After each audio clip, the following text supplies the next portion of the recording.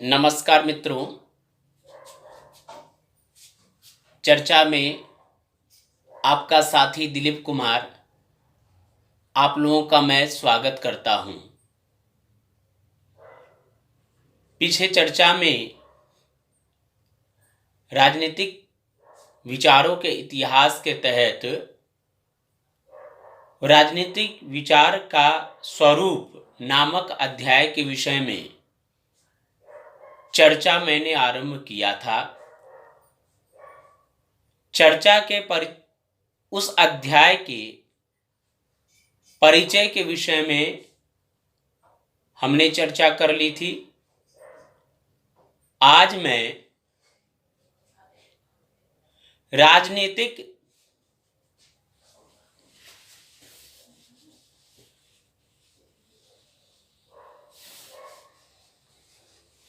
राजनीतिक चिंतन का विषय के विषय में चर्चा को आगे हम जारी रखेंगे, बातचीत को जारी रखेंगे। विद्वानों ने कहा है कि राज्य और राज्य की संस्थाएं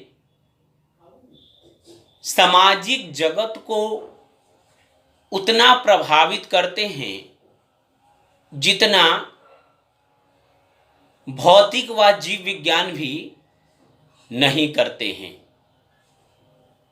कहने का तात्पर्य यह है, राज्य और राज्य की संस्थाएं, राज्य और राज्य की सरकार, सरकार के अंग जैसे न्यायपालिका, कार्यपालिका और विधायिका, राजनीतिक दल और निर्वाचन आयोग, मुख्यतः ये राज्य की संस्थाएं हैं और भी संस्थाएं हो सकती हैं जो राज्य को या समाज को प्रभावित करती हैं। कहा जाता है कि मानव सभ्यता की शुरुआत से ही राजनीति के विषय में चिंतन आरंभ हो गया और कहा जाता है कि ये चिंतन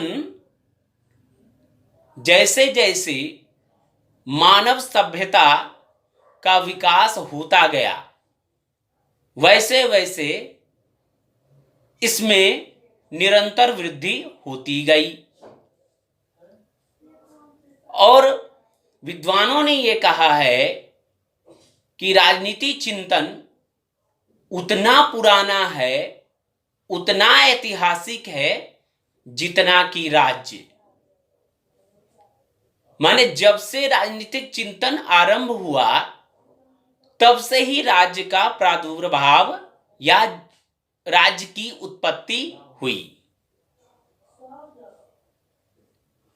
राज्य उतना ही पुराना है जितना लेखबद्ध इतिहास। लेखबद्ध इतिहास लेखन के माध्यम से जो जिस इतिहास का अध्ययन करते हैं उतना पुराना राज्य है।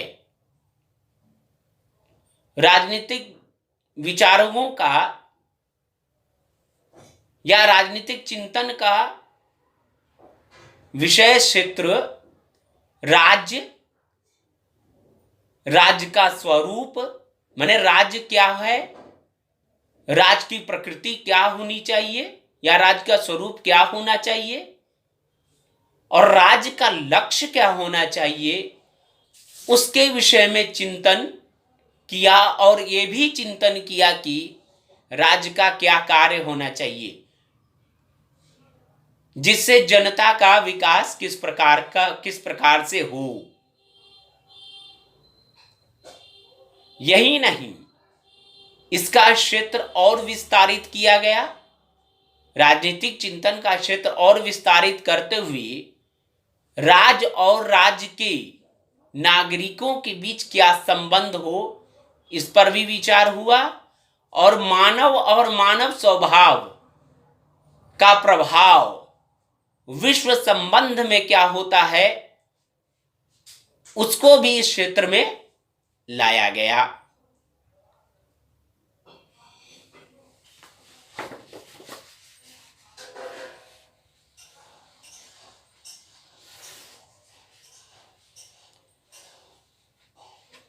पश्चात राजनीतिक चिंतन की समस्याएं। नंबर 3, पश्चात राजनीतिक चिंतन की समस्याएं। राज्य का स्वरूप को निर्धारित करने के लिए विश्व के विद्वानों में, सभी युगों में जो विद्वान हुए हैं उनके बीच मतैक्य नहीं रहा है। प्लेटो से पूर्व यूनान में सोफिस्ट राजनीतिक विचारक थे या विद्वान थे। राज्य के विषय में उन्होंने कहा कि राज्य एक कृत्रिम संस्था है और इसका निर्माण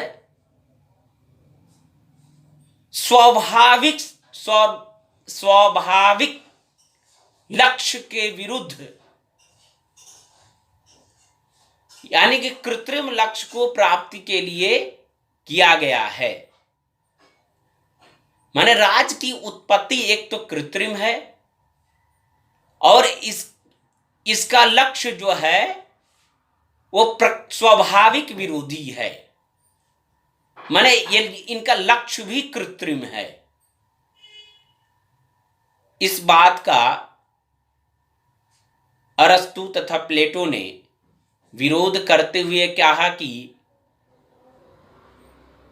राज्य एक स्वाभाविक संस्था है और मनुष्य के सामाजिक स्वभाव के कारण ही राज्य की उत्पत्ति हुई है और राज्य का कर्तव्य यह है कि मनुष्य जीवन को उत्तम बनाए। अरस्तु ने कहा है कि राज्य की उत्पत्ति या राज्य का निर्माण स्वाभाविक हुआ है और इसका कार्य है कि मानव जीवन को उन्नति करे। राज्य का यही परम लक्ष्य है। कुछ अन्य विचारक हुए हैं जिन्होंने राज्य के प्रकृति के विषय में अपना विचार दिए हैं। अब जैसे कुछ विचारक हुए हैं जिन्होंने कहा कि राज्य का विकास जो है देवतुल्य है। कहने का तात्पर्य यह है कि राज्य का विकास देवतुल्य है, इसलिए राज्य जो जनता पर आदेश आरोपित करेगा उसका विरोध नहीं किया जा सकता है। कुछ अन्य विचारक हुए हैं जिन्होंने यह कहा कि राज्य का निर्माण पूंजीपतियों के हित वर्धन के लिए किया गया है। कहने का तात्पर्य यह है कि राज्य का निर्माण पूंजीपतियों का हित वर्धन के लिए हुआ है और जो श्रमिक वर्ग है उसका शोषण का समर्थन करता है या शोषण को वैध करता है। कुछ अन्य विचारक हुए हैं जिन्होंने राज्य की उत्पत्ति को ही नकार दिया है। कहा है कि राज्य के बिना भी मनुष्य का उत्तम तरीके से विकास हो सकता है, जिन्हें हम अराजकतावादी विचारक हम कहते हैं। उन्होंने हर प्रकार से राज्य का विरोध किया है।